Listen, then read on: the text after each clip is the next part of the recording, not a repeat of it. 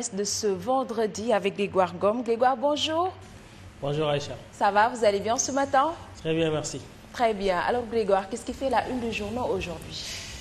Les JO Aïcha de Paris 2024 et le chef de l'État, Bassirou Diomaye Faye, qui est ainsi présent à Paris. Il est là à la face de l'info quotidien. Le chef de l'État, Bassirou Diomaye Faye, donc, qui a tenu un discours hier devant les autorités. On a parlé de développement du sport et le chef de l'État est donc revenu pour sortir le grand jeu, nous signale aujourd'hui nos confrères. Selon lui, le sport n'est pas que la compétition, il est aussi une humanité qui rassemble les peuples au-delà de leurs frontières et de leurs différences. Bassirou Diomaye Faye de noter qu'il a saisi l'occasion du sommet pour attirer l'attention de tout le sommet donc sur le fléau insupportable du racisme et de la discrimination raciale qui continue ainsi de gangréner le sport. L'idéal olympique est aujourd'hui mis à rude épreuve par la tragédie de la guerre, de la violence sous toutes ses formes et des inégalités sans cesse croissantes au sein des nations, bien sûr. Le chef de l'État, inspiré par l'idéal olympique, a donc de noter que la rencontre devra ainsi sonner le réveil des consciences sur les inégalités persistantes dans notre mondial historiquement dépassé. Si nous voulons que les choses changent, il nous faut changer les règles du jeu, s'exclame-t-il dans les colonnes de nos confrères.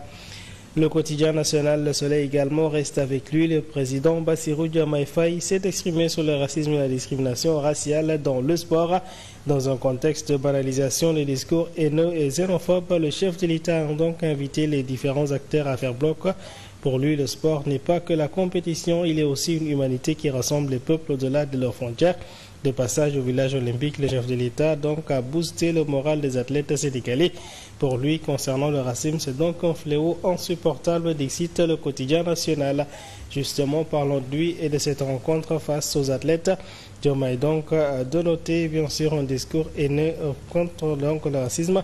Il insiste ainsi sur le réveil des consciences et les iniquités donc persistantes dans notre mondial d'ores et déjà dépassé. Le sport pour la durabilité, les 10 engagements de Paris. Paris-Dakar, c'est une nouvelle alliance, mais en attendant, le chef de l'État donc de noter face aux athlètes qu'il faut rester debout et intransigeant. En attendant donc d'y voir plus clair avec les performances de nos athlètes, les Échos quotidiens nous disent ce matin que Bougane Gueye Dany a bien allumé le chef de l'État.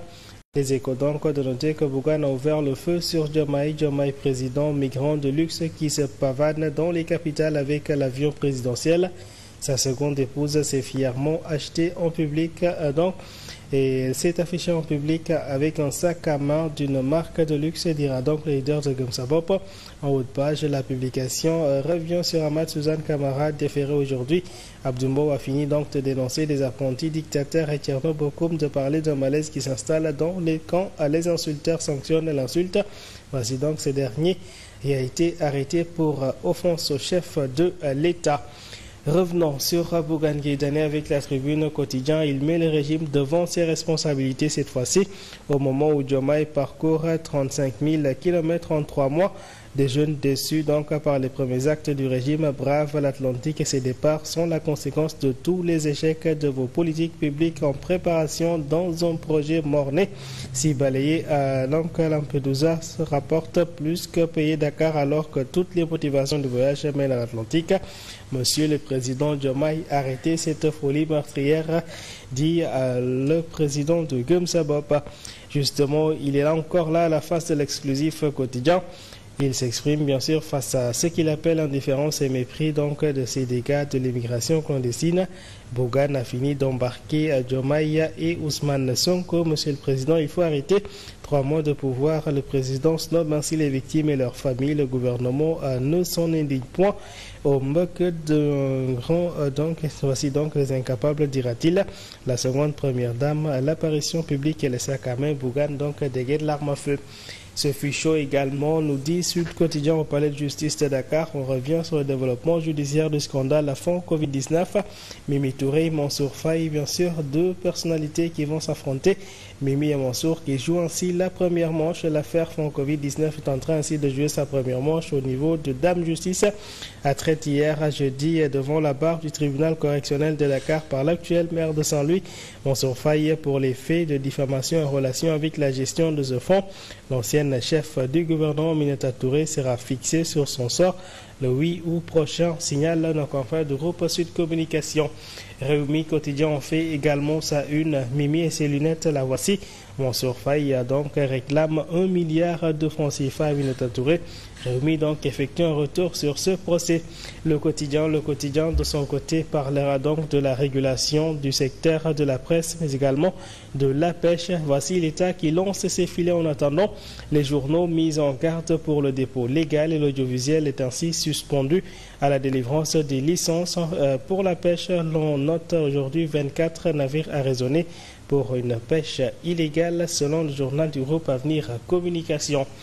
En politique, l'on s'interroge sur l'Alliance pour la République. Peut-elle encore rebondir? Voici bien sûr ce qui fait rage comme débat depuis la défaite de son candidat à la présidentielle au mois de mars dernier.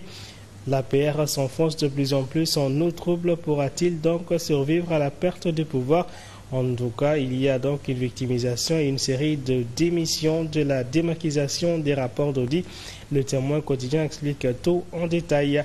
Autre fait marquant de l'actualité, c'est l'Observateur qui a l'affiche ce matin de la cocaïne et du tramadol détourné. Donc pour se shooter, bien sûr, une nouvelle façon de se droguer à base de médicaments. Voici donc ce qui fait peur. Il y a inquiétude dans les écoles et l'alerte donc de la dictologue chez nos confrères du groupe Futur Média. Autre scandale, bien sûr, nous en parlons, c'est Dakar Presse qui l'affiche également.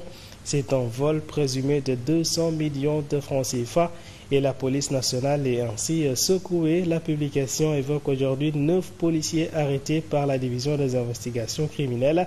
Ils auraient subtilisé une partie de l'argent saisi chez des ressortissants maliens. Aïcha, ça fait peur, voilà, qui fait donc la presse écrite. C'est une très bonne lecture. Merci beaucoup Grégoire. C'est fait un plaisir. Plaisir partagé. Rendez-vous est pris dans la deuxième partie. À 8h pour le journal. À tout à l'heure. Merci beaucoup à Grégoire Gomme pour la revue de presse. Amis téléspectateurs, nous restons toujours dans cette page d'information, mais cette fois-ci avec la revue politique et économique. Ce sera tout de suite, juste après le jingle. Nous allons retrouver Pape Malik Cham.